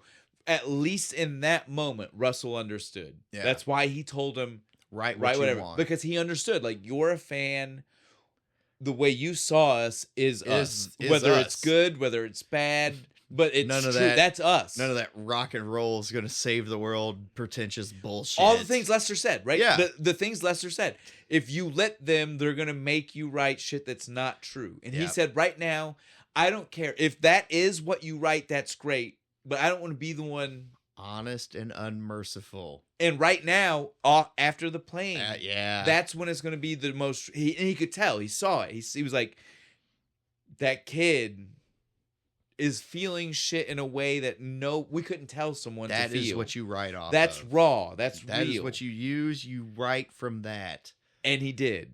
And they fucking love it.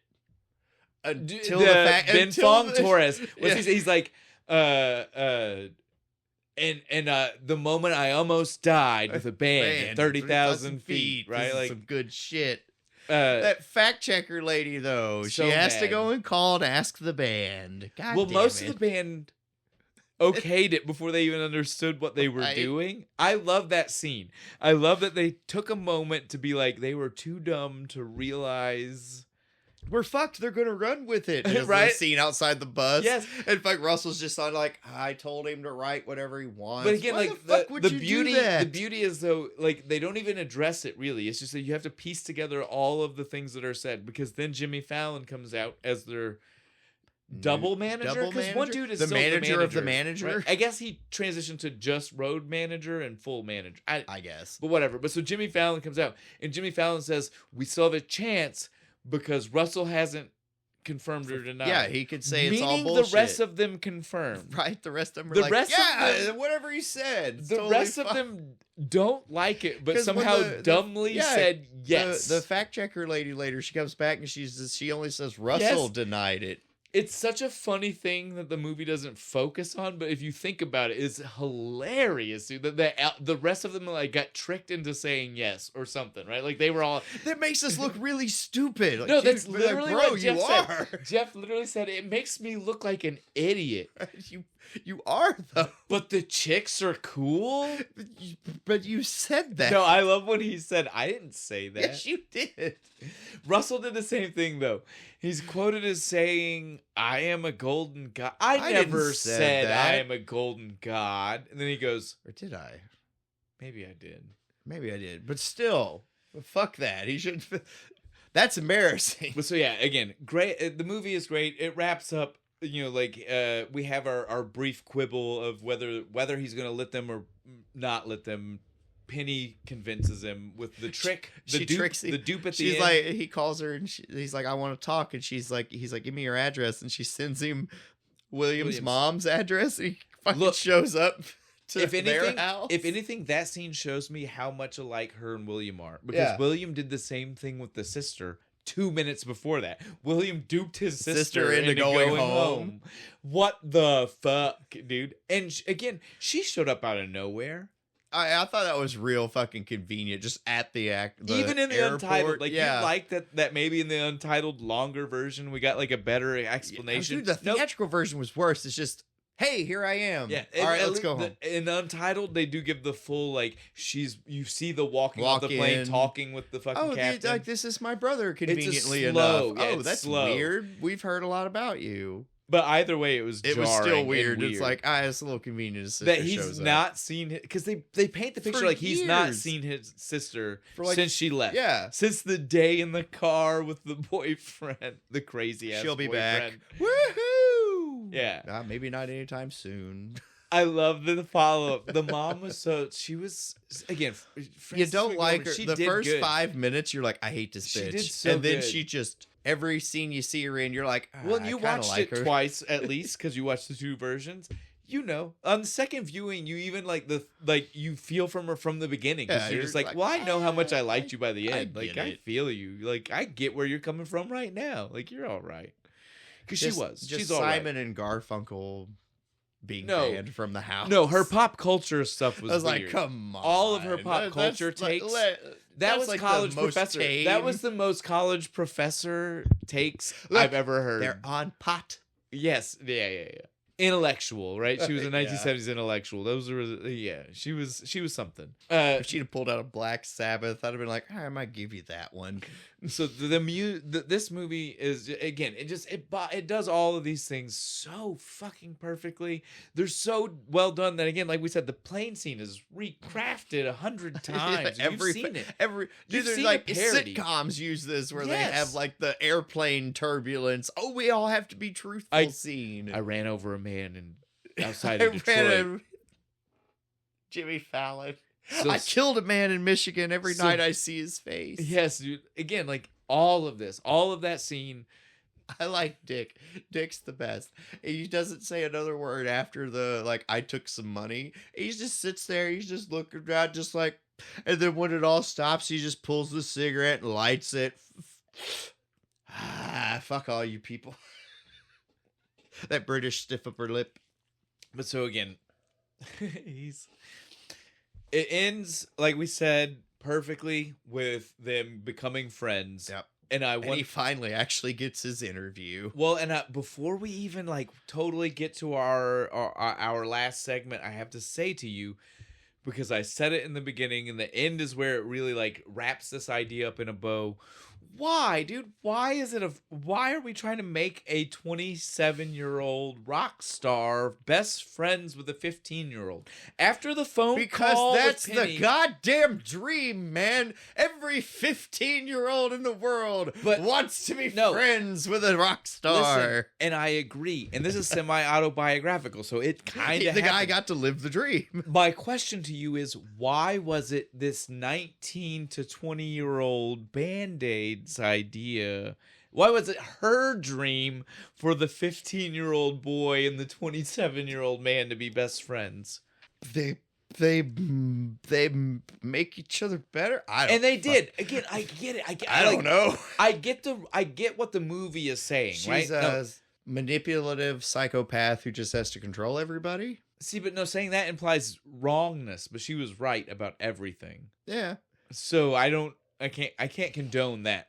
I've watched too many horror movies. There were a lot of parts in this movie where I was just like in the extended cut where they go in the she goes to get ice and Russell follows her in there. I was just like, no, bitch, don't go in there. Well, that's in the regular cut. Bad to happen. That's in the regular cut. The extended cut is just where we actually see them talking. In the regular cut, he leaves and it goes straight to the coat over the door. Thing. Yeah. That was actually a scene I was okay with them cutting down. Him throwing the ice into the cup and shit. Yeah. That was a little long. And I wanted it to turn into a murder because it was set up like a horror movie scene. She goes in to get the ice and it's dark, and he kind of like creepily comes in and shuts the door. He invited her. That was what the just out of context of this movie. If you just watch that scene, you're waiting for her to get murdered. I agree, but again, like that's not the real cut. Like literally, we already saw. Like that was after the one bitch does her little like music Act mosaic. 1. Yes, I love that. That was Act 1. She pretends she doesn't care. Act 2. He pretends he doesn't care. Tell me it didn't feel Shakespearean. It's not. But the way she says it, the things that are shown, and the music that's playing. I couldn't get over Anna Paquin. She couldn't quit touching. No. Well, she was the one who. I'm like, what acid did you take? Quit touching the guy. She led like picking at his face and she shit. led the drive later on. That's true. So she was bored. Wasn't it her Quaaludes too later? Sapphire. Oh, that's Sapphires? All right, never mind. Sapphire's Quaaludes. But Sapphire was part of that. Mm-hmm. Just saying. That's my favorite one. I would have ran. No, Sapphire's my favorite. I would have ran with Sapphire. She seemed like Penny's an enigmatic fucking force of nature. Sapphire just seemed like she'd be fun. No, nobody can take a pillar to the face like Sapphire. And just keep going. When she runs and smacks into that so thing. Hard. Your mom wants you to call her, and she says she knows everything. Smack. All right, we have gone long. We have gone hard. We have had fun. We have drank lots of beer. But before we wrap everything up, special segment. Bo, let me ask you. And before I go, you got an important question for me? I do. This sounds serious, man. Before I go, I want to preface, it's not always a bad thing. I just want to say that because this time, me and Bo have spoken already, and we both... It's not bad as in it takes us out of the movie. In like we hate... as in it removes us from the world. But it's a different kind of bad. But it's definitely bad. But just... I want our listeners to understand... It's not the focus of the segment. No. It just so It happens. could literally be anything. It just so happens that this time, this is where we have landed. It's a little negative. So, Bo, for you, sir. Yeah, what's up? What's the thing? They cut Kyle Gass out of the theatrical cut. That's the best fucking scene. Yo, it's my man KG. It's my man KG smoking a joint. He's running a radio show. Falling asleep. And he just lapses into a weed coma. And the band starts just doing shit. Having fun with each other. Like saying fuck and stuff on the radio. Until it derides into, like we said, an argument between who's the best at the top.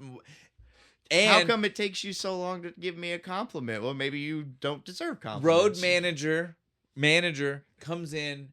Again, like I Perfect feel like timing and character saves development for Yes. everybody in the scene is cut so bad by taking it out. He He comes in, he's just like, I am the man. I'm supposed to be keeping control of these maniacs or whatever the fuck he said. Yeah, they cut that whole fucking thing out of the theater. I want to ask you, since it's your favorite scene, and you hate that they got rid of it for the theatrical cut. Do you think that what we're supposed to take away from the scene is that he was so fucked up that he was actually falling asleep, or that he was doing a character so perfectly that when the commercial started? Because think about it, when the commercial starts, he snaps and he was like, "Guys, that was great. That was great." So, and is it part of his gimmick? It's one of two things. It's either it's his gimmick and he was just like snapping out of it, or it's that he was really so fucked up and that was his moment of clarity, right? No, it's better if it's his gimmick. I want it to be a gimmick now. Dude, if it's his gimmick, it's so funny because they thought that he was out and he was just listening to what they were saying. And no selling it the whole time. I would laugh my ass off. Had you ever had that thought?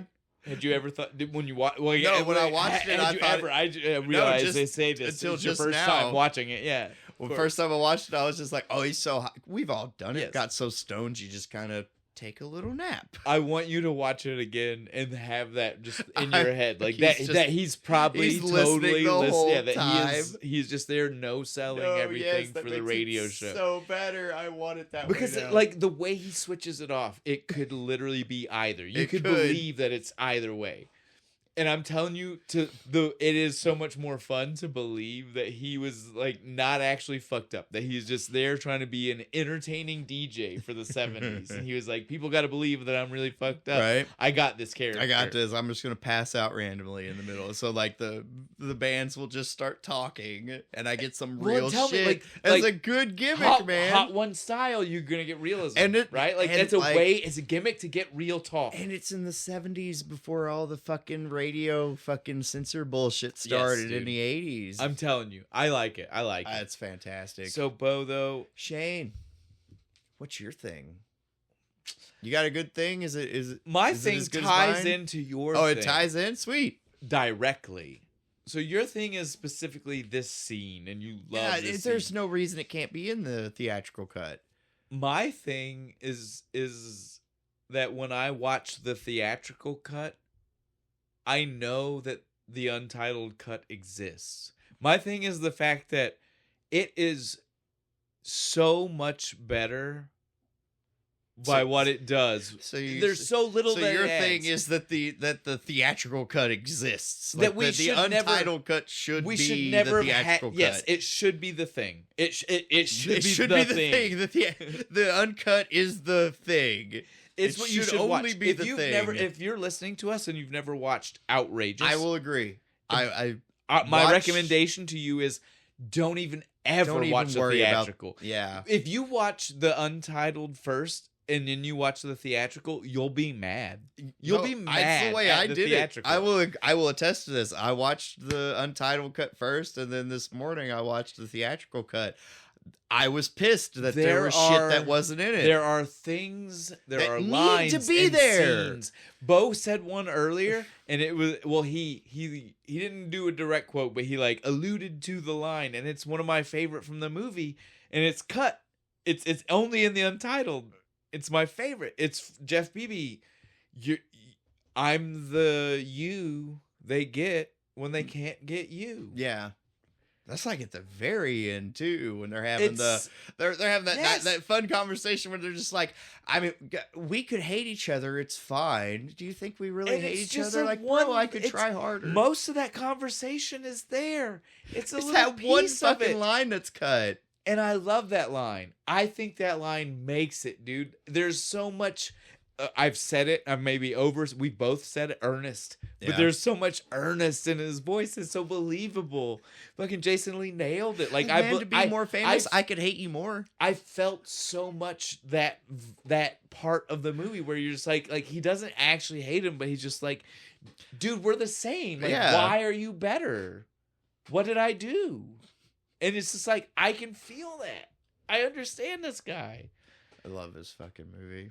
It's this is one of my new favorites. I'm glad. I will add so this happy. to the I'm list. so happy that this came up for us to be able to do this, and that this is your takeaway. I didn't know that you had seen it. I love that you have now found a new favorite, because it is, dude. It's one of my. It's a great fucking movie. Highest recommend. It's feel good. If you you leave nothing really bad happens. Dude. You even the Quaalude scene, like, it works out. She's fine. It's also along the lines. Awkward. Well, it's along the lines of the weird teenagers. It's a little questionable, but also relatable. The fact that we see from this 15-year-old's point of view, he's still like very attracted to her while she's getting pumped. That was so fucking weird. She's getting like a hose shoved down her throat, and the doctor's like, "Come on, I need you to throw up." And there's like this happy romantic song playing and he's just got this little grin on his face, like, she's so we've perfect. all also kind of been there, dude. Like, you've been with the that hot person girl throwing up at the party. You're still like, she's so pretty. No, that's what I'm saying. I shouldn't, but she's so I'm pretty. not saying to the degree that he has, but I'm saying we've all been like, we can relate. His face doesn't help. He has the creepiest face. He's weird. In that scene. Every that smile he does, that little, or whatever the for fuck most it scenes is. It works okay. For this one, it's like, no, dude, stop it. All right. I think we have talked. We've enjoyed it. This is maybe a long one. It's gonna be a little. It's still not crazy longer than the last few have been. Yeah, it's fine. But we had two. We technically had two movies to talk about. This was a long movie. 2 hours and 40 minutes to talk about the Untitled. Yeah. Plus the fact that we have to address the difference between the two. Exactly. So a little bit extra time. We're not going back to the old ways.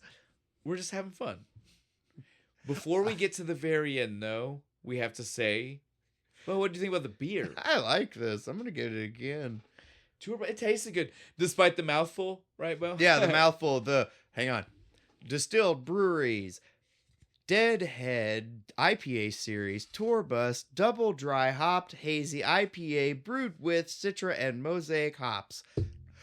That's all of it. It's a mouthful. It's good though. Give it a try. It's a mouthful, and you should drink a mouthful or more. I didn't think it was very dry. I think they're lying. I got a sweetness out of it. Did you? I don't like dry as a descriptor because things could technically be sweet and dry, right? Because dry really just means that it has that, like cranberry juice. Yeah, could be dry. It gives but if you have sugar in it, I need also to drink sweet, more feeling. Right? The dryness really just means that it has that kind of like pulls moisture out when it's finished.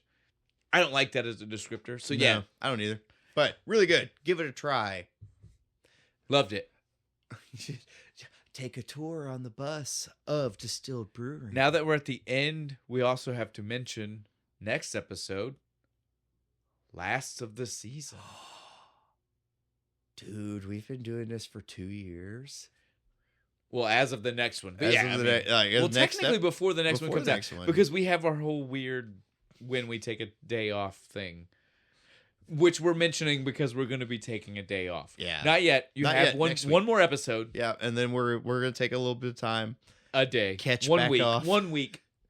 Catch up on some shit. Like, we won't take a break, but you guys will not have us for a week. But before we get there, remember, we're going to remind you right now, next season is our loosey-goosey season. Loose ends. So both that we're going to be a little loose on our connections to and we're drinks. Gonna tie up some shit because we've got a lot of things. We've got some series we got to fucking finish and that up. we have specifically told you guys that's what we were going to do, and then we didn't do. So we have to do it.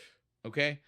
But on top of all of that, we were mentioning that to you right now because we decided for our last one of the season to maybe go ahead and get close to that idea, to Yeah. give you a picture painted of what we mean by we're going to go maybe loose on the beer. This is not the loose end. The loose end is self-explanatory, I think. Yeah, it's stuff there's we just gotta something wrap that up. we've mentioned. And we didn't. started Rocky. We've got a franchise. We did 3, but we didn't do do 2 or two. 1. Right? Like we those did type the of things. second one. We have to do the first one. Because we're bad about things like that.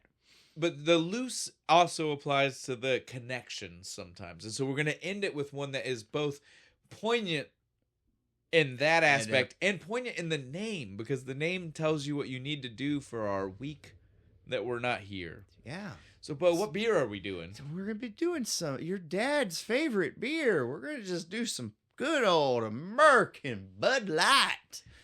And we're going to watch the movie Stay Tuned. And if you don't know why that's a good connection, we'll let you know. We'll let you know what the loose connection there is next when episode. we do it. That's right. That's how we're gonna be doing this. That's right. So stay tuned. Oh, Bo, I love that. That was good. Anything else before we actually go? Rock and roll. I am a golden god. Hey, me too.